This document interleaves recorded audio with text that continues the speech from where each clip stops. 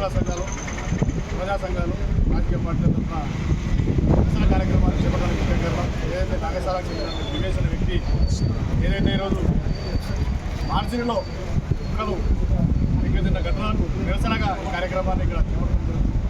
అయితే మనం ఈరోజు చూస్తా ఉన్నాం, ప్రపంచం మొత్తం వైజ్ఞానికంగా కానీ ఆధునికంగా కానీ ఎంతో అభివృద్ధి చెందుతూ ముందుకెళ్తుంది, ఎంతో డెవలప్మెంట్ సాధిస్తూ ఉన్నాం, ఎంతో ముందుకెళ్తా ఉన్నాం. కానీ ఈ చర్చల పరిస్థితి ఏందో మరి ఏమైందో, మరి ఏం రోగం వచ్చిందో చర్చలకు, ఈ చర్చల పరిపాలన అట్లా ఉందా లేకపోతే చర్చలకు ఉన్నటువంటి నాయకులు అట్లున్నారు. కానీ ఆ పరిస్థితి ఏందనేది చాలా ఘోరమైన పరిస్థితి. ఆ పరిస్థితి ఎవరికి రాకూడదు, దాదాపుగా మనకు శత్రువులకు కూడా ఆ పరిస్థితి రాకూడదు అని చెప్పి మనం కోరుకుంటాం. అలాంటిది ఒక వ్యక్తి చనిపోయిందంటే దైవంతో సమానంగా చూస్తాం.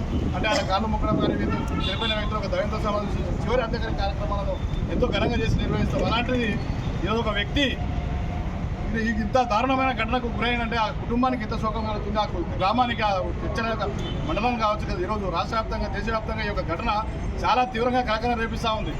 ఏదైతే ఈరోజు మనం ఆధునికంగా వైజ్ఞానికంగా ముందుకెళ్తామని అనుకుంటున్నామో, ఏదైతే 100 పడకల హాస్పిటల్ కానీ ఇంకోటి ఏదైనా కానీ ప్రభుత్వాలు ఆర్భాటాలు చేస్తూ అవి చేస్తూ మేము చేస్తున్నాము, మేము డెవలప్మెంట్ చేస్తున్నాము, మేము కడుతున్నాము, బిల్డింగ్లు కడుతున్నాము, డెవలప్మెంట్ చేస్తున్నాము. డెవలప్మెంట్ బిల్డింగ్లు కట్టడం అది కాదండి. ముందుగా మౌలిక సదుపాయాలు ఉండాలి.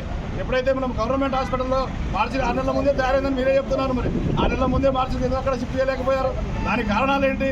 ఎందుకు అంత మరీ ఘోరంగా ఆ విధంగా ఆ యొక్క శవాన్ని అక్కడ పెట్టి ఆ శవాన్ని లోపల కుక్కలు పోతుంటే కూడా చూడలేని పరిస్థితి ఉన్నటువంటి ఆ యొక్క సిబ్బంది ఎందుకు నిర్లక్ష్యంగా వహించారు అనేది బాధ్యత తీసుకోవాలి.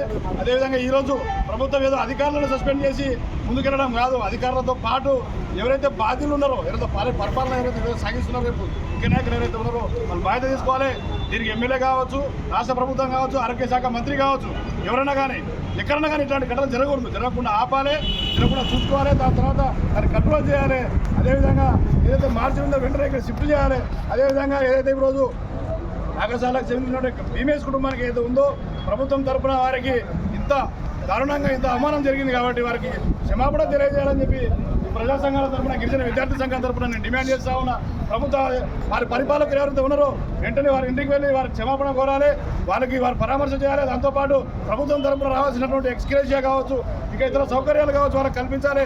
అదేవిధంగా ఇలాంటి ఘటనలు ఎప్పుడు జరిగినా ఇక ముందు జరగకుండా చూసుకోవాల్సిన బాధ్యత ఇక పాలకులకు ఉందని చెప్పి తెలియజేస్తూ, అదేవిధంగా ఈరోజు వచ్చినటువంటి ప్రతి ఒక్కరికి, ఇక్కడికి వచ్చినటువంటి ప్రతి ఒక్కరికి పేరున ఇలాంటి ఘటనలు జరిగినప్పుడు ముందుగా స్పందించే గుణం వచ్చినటువంటి ప్రతి ఒక్క నాయకులకు అందరికీ ధన్యవాదాలు తెలియజేస్తూ అవకాశం ఇచ్చిన ప్రతి ఒక్కరికి ధన్యవాదాలు.